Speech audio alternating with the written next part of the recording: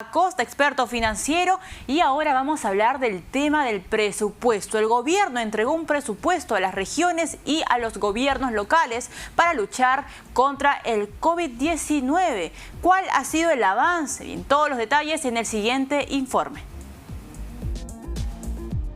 En medio de la crisis ocasionada por la pandemia, un rol importante que deben cumplir los gobiernos locales y regionales es la ejecución presupuestal.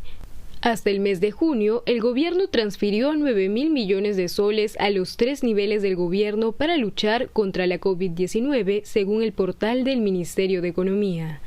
Si bien hasta la fecha se usó el 66%, no todos los gobiernos regionales avanzan al mismo ritmo. Muestra de ello es que de los 635 millones de soles que se les asignó, solo se devengaron el 39.5% hasta la fecha. La mayoría de los recursos se han concentrado en la compra de medicamentos y equipamiento médico y la contratación de servicios. Sin embargo, las regiones han gastado el 44.3%. Con la cuarentena focalizada, el aislamiento obligatorio se mantiene en Arequipa, Ica, Junín, Huánuco, San Martín, Madre de Dios y Ancash. De este grupo, 2 regiones solo gastaron por debajo del 40% en la pandemia. Este es el caso de San Martín y Arequipa. Solo Ucayali y Tumbes son las 2 regiones que han gastado más del 50% de sus recursos asignados contra el COVID-19 hasta el 28 de junio, dejando atrás a las otras 22 regiones y la provincia constitucional del Callao. Y bien, para analizar sobre este tema ya estamos enlazados con Marcel Ramírez, economista de la Escuela de Gestión Pública de la UP. Profesor, ¿cómo está? ¿Qué tal, Valeria? Buenas tardes. Profesor, empecemos a analizar este tema de la ejecución presupuestal, porque quizá en la brújula o en la agenda nacional estuvo el tema de salud o el tema de la informalidad, pero no hemos visto las cifras, que es bastante importante poder analizarlas ahora. De total del presupuesto que el gobierno entregó, solamente se ha ejecutado el 66%. ¿Es una buena cifra? ¿Se pudo hacer mejor? Valeria, mira, estamos hablando específicamente de la asignación presupuestal para el COVID. Ajá. Por lo tanto, considera recursos que deben ser de uso prioritario por parte de los diferentes niveles de gobierno, especialmente en las regiones. Y como se ha mencionado, la ejecución es, digamos que moderada, es baja, insuficiente específicamente, si pensamos que estos son recursos que de todas maneras las regiones están necesitando. Ahora, vale la pena distinguir algo. Dentro de este porcentaje de ejecución que se ha mencionado, cuando nosotros entramos a mirar algunas partidas muy puntuales, como por ejemplo, orientadas al tema de salud, como equipamiento médico o suministros médicos, pensando en que seguramente es lo más importante para la pandemia, encontramos que hay niveles de ejecución muchísimo más bajos. Y justamente en regiones donde los contagios y la pandemia se está recrudeciendo en estas últimas semanas. Es el caso, por ejemplo, de Arequipa, Ica, hemos visto también, mirando los datos, Huánuco y Madre de Dios, tienen en las partidas de equipos médicos y suministros médicos muy bajos porcentajes de ejecución, menos del 10%. Entonces, encontramos, que este es un punto débil que está seguramente incidiendo en los niveles de contagio y de fallecimientos y colocando en riesgo a la población y que debería ser observado por el Ejecutivo. Profesor, sobre todo cuando estamos viviendo un contexto que solicita, digamos, una respuesta inmediata. La pregunta es, ¿qué está pasando con las regiones y qué hemos hecho mal o qué se está haciendo mal? Pero antes que usted me responda, nos vamos a una pausa y regresamos con Marcel Ramírez.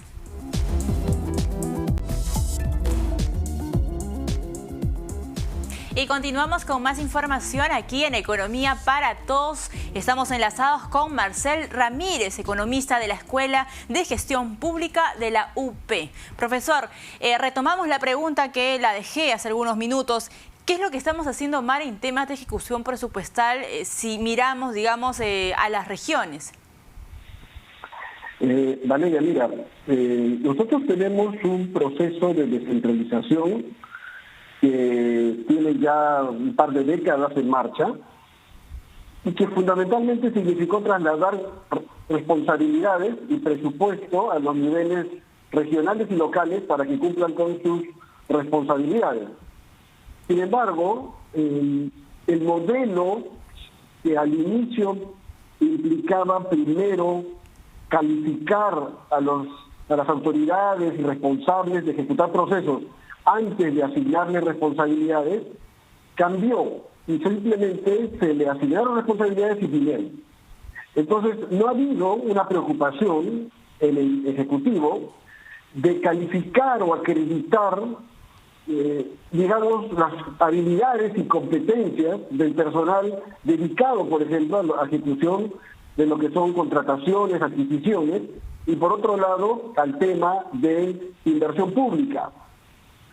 Sin embargo, este año, uno de los primeros decretos de urgencia que emitió el MEF establecía que, justamente preocupado por la calidad de la ejecución de la inversión pública a nivel nacional, quería iniciar un proceso de acreditación de responsables. Es decir, primero, asegurarnos de que los responsables de los procesos de compras, de adquisiciones, de contrataciones y de ejecución de inversión cumplan con ciertos requisitos o niveles o competencias específicas.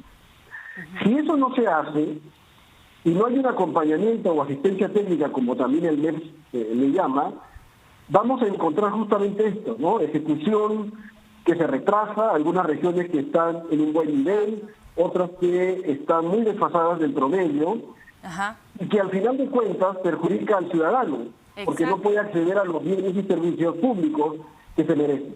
Sí, profesor, llama la atención porque hay 7 regiones a nivel nacional que todavía tienen cuarentena, ¿no? Esa cuarentena focalizada, todavía está vigente el aislamiento social. Y de este grupo de 7 regiones, 2, Madre de Dios y Arequipa, registran niveles de gasto muy bajos, 29% y 32% Arequipa. Como te Son los lugares donde Valeria, hay más contagios. Es importantísimo que el MEF realice un monitoreo muy cercano de cómo está en marcha la ejecución de los procesos. Yo sé que el MEF en varias ocasiones ha mencionado que su responsabilidad es asignar los recursos y ahí hay que alertar respecto de una especie de vacío de responsabilidad. ¿Quién se encarga de determinar el nivel de competencias del personal responsable? Sin embargo, yo creo que el MEF en este momento es quien debería hacerlo con sus equipos de Conecta MEF, establecer metas concretas e inclusive fijar responsabilidades si es que el incumplimiento realmente está, o el cumplimiento está muy por debajo de la meta que se vaya a establecer. El MEF ha empezado a fijar metas de ejecución de inversión pública y creo que también lo tiene que hacer respecto del resto del presupuesto COVID. Sobre todo cuando el tema de la inversión pública es, digamos, el tema bandera, digamos, para impulsar la economía. Tenemos, por ejemplo, la última estadística del desempeño de la inversión pública, y para mayo la caída es de alrededor de casi 65%. Sabemos que la reanudación en fase 2 ya incorporaba, digamos, reiniciar proyectos de inversión, y con todo este tema de los contratos gobierno a gobierno, esperamos una reactivación de la inversión pública. Sin embargo, eso va a tomar tiempo. Lo más importante es que el MEF se encargue de hacer un seguimiento cercano de las unidades formuladoras y ejecutoras de proyectos de inversión para que de ninguna manera exista posibilidad de retraso. Esa es una responsabilidad muy grande que creo que desde el inicio del año el MEF asumió. La pandemia lamentablemente generó un quiebre y ahora tiene que retomarse y establecerse metas concretas, premios como lo ha hecho ya el MEF para quienes lo cumplen, pero quién sabe incluso una penalización para quienes no lo cumplen. Profesor, otro tema que también es interesante analizar porque también hay un presupuesto asignado del gobierno central es el tema de las canastas, ¿no? Esas canastas que el presidente Martín Vizcarra anunció para las familias en situación de vulnerabilidad, y a través de la página web de la Contraloría ellos tienen allí una pestaña que dice Monitor de Control y Transparencia COVID-19. Hace algunos segundos he revisado que hay canastas en riesgo. El total de canastas en riesgo supera los 29.812 canastas en riesgo, es decir, que no van a llegar a las manos de las familias que los necesitan. Allí también hay un tema de vacío de responsabilidad. ¿Qué es lo que se está haciendo mal? En este caso estamos hablando de municipalidades. Era muy importante que los alimentos llegaran a las familias más vulnerables. Sin embargo, aquí se definían dos problemas. Primero, el criterio de vulnerabilidad y la focalización, es decir, saber a qué hogar hay que entregarle una canasta. Y el segundo punto, de riesgo, digamos, es el nivel de fragmentación de este encargo. Es decir, son más de 1.800 municipios a nivel nacional. Y conociendo de las debilidades naturales para la ejecución del presupuesto que tienen los gobiernos subnacionales, era de esperarse que algunos problemas iban a haber. Y es lo que estamos observando. Yo también visualizando la página de Emergencia Sanitaria de Contraloría. Y en ese caso, profesor, ¿qué se pudo hacer mejor en el caso de la entrega de canastas? Porque se sabía, ¿no? Algunas personas decían que, bueno, no lo van a entregar completo, algunos municipios de repente se van a quedar con el dinero. ¿Qué se pudo hacer mejor para evitar esta situación? En mi opinión, lo que debió organizarse, planificarse mejor fue la contratación o compra de las canastas de una manera un poquito más centralizada. Y también, desde el inicio, apoyarse con la empresa privada, la iglesia y organizaciones de la sociedad civil, que de alguna manera siempre han tenido mayores capacidades logísticas y mayor llegada justamente a identificar hogares vulnerables. Por ejemplo, en la página de Contraloría se observa que hay funcionarios públicos que están en la planilla del Estado que han recibido canastas. Entonces, más de 4.000 funcionarios, sí. Los problemas son bastante serios y lo más grave es que después de casi 100 días de inmovilización hay hogares vulnerables que no han recibido ningún apoyo de parte del Estado y que seguramente de alguna manera tiene que el Estado reivindicarse con ellos. Ahora, el tema de transparencia también ha jugado una mala pasada. La Defensoría también sacó su propio estudio respecto al tema de las canastas y lo que concluye es que 7 de cada 10 municipios ni siquiera han publicado a quienes se les ha entregado, porque lo que comentaba la Defensoría es que no era obligatorio, cuando en realidad esto debió ser así. Valeria, mira, quiero remitirme brevemente a que desde el año 2013 tenemos una política de modernización de la gestión pública. Esa política establece como uno de sus pilares la transparencia y la rendición de cuentas. La pandemia lamentablemente nos ha tomado en un momento en el que estos pilares todavía no estaban fortalecidos. Y por lo tanto, se dan situaciones en las que hay autoridades que consideran que no deben necesariamente cumplir con transparentar sus actos.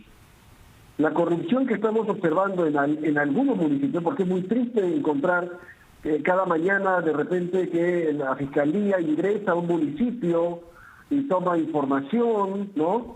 Es algo que desde siempre se ha conocido, pero que lamentablemente ahora su efecto o su perjuicio está siendo mucho más grande y más evidente, porque ahora sí la población vulnerable estaba necesitando ayuda del Estado.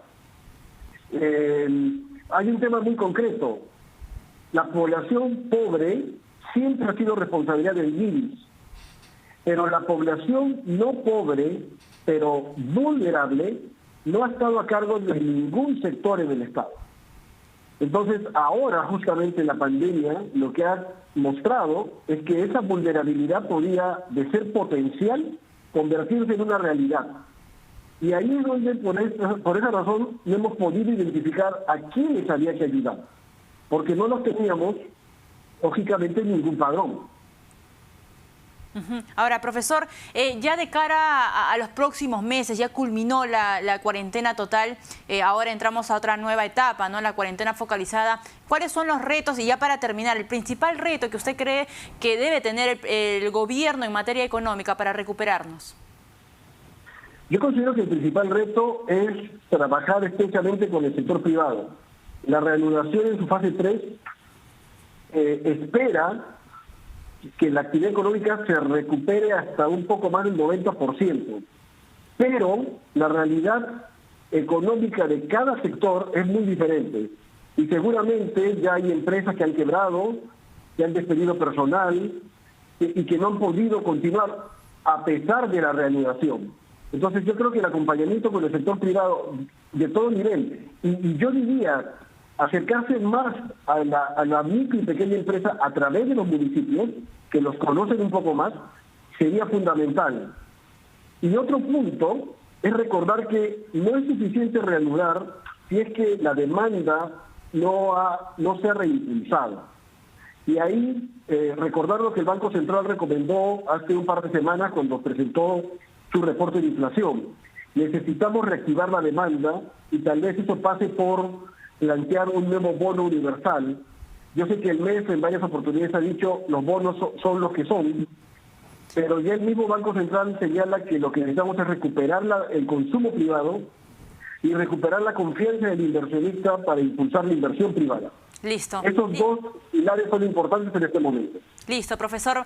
Estuvo con nosotros Marcel Ramírez, economista de la Escuela de Gestión Pública de la Universidad del Pacífico. Y con esta información, un análisis bastante profundo de la ejecución presupuestal a nivel nacional en tiempos de pandemia, nos vamos a una pausa y regresamos con más información aquí en Economía para Todos.